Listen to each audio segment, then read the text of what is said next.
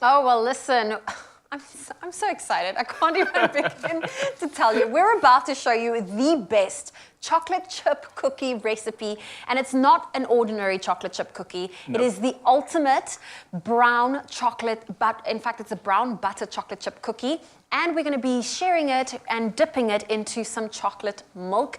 Now, this is, of course, using our Clover fresh milk. This is a recipe that will make you a chocolate chip cookie junkie in no doubt. And I don't think you realize how much I love cookie dough. I've just figured this out because that bowl was pretty No, it full. wasn't that full. And it's like halfway done already. So I think we're going to have to make 2 batches here, one for you, all on your own, that we're not going to cook. I love cookie dough so much that 2 years ago when it was my birthday, our kitchen fairy Nicole made me a cookie slice out of cookie dough with a candle on it. That's how much I love cookie dough. Okay, all right. Yeah. Well, hopefully this does some justice to your cookie fetish. And I'm hoping that I can do justice to cooking these cookies.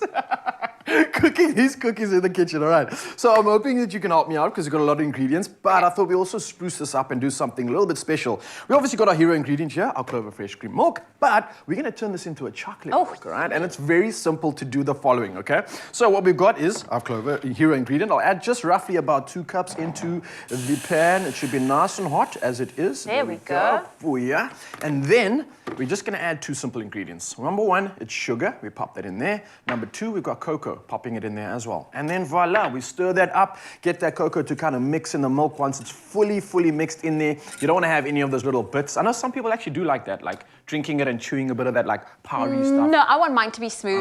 All right, yes. I got you. And that's the nice thing about chocolate milk. It's you can enjoy it hot and you can enjoy it cold. You can. Yes. And fresh, in both instances as well. Freshly hot, freshly cold, doesn't matter. It's always going to taste good. Once that's done, you can kind of leave it on the side. Like you said, you can keep it hot or cool it down in the fridge. And then we're going to move over to the main stuff. That's making our cookies. So what we got here, it looks quite weird. I don't know what that looks like to you, but it's actually browned butter. Ooh. All right? Yeah, we're getting... How do you brown the butter? So you kind of just like heat it on a low temperature for a while and it kind of just does its thing. Ask the food stylist, they know. I'm just here to make the food. Well, you know what? What's quite amazing about using brown butter for baking is that any desserts that you add it to, it really just gives it that amazing depth of flavor. And it also gives your baking a very delicious nuttiness. So that's what's going to make our chocolate chip cookies slightly different. Yeah, so hopefully that does exactly that in this mixture over here. So we're going to start off with like the semi-wet ingredients first. So I've got some brown sugar over here. We pop that in there. Some white sugar over here. We've got 1 egg and a yolk included, as well as some vanilla essence. Now that's just going to balance it all out. We want to mix this together before we get to the rest of the ingredients, and you cannot dip into this yet, so it's not officially I dough need yet. everything. Okay. So I know you are tantalizingly waiting there with your taste buds for this, but we're almost there. And I've never made this before. I've just been like kind of researching it. I've been helped by the food stylist, but it's not actually that hard. It's not, and this is a fun thing you can do with the whole family. Get the kids involved. They're going to love doing the mixing and getting involved and getting messy and tasting all the ingredients, and especially the cookie dough. So. I was just going to say that. All right, so once we've mixed this in thoroughly, we've got a nice sort of texture here. We're going to pop in some flour. Now we're going to get some of the base together. Then I've got some bicarb as well as baking powder and a little bit of salt, just to kind of bring it all together and get that full balance out.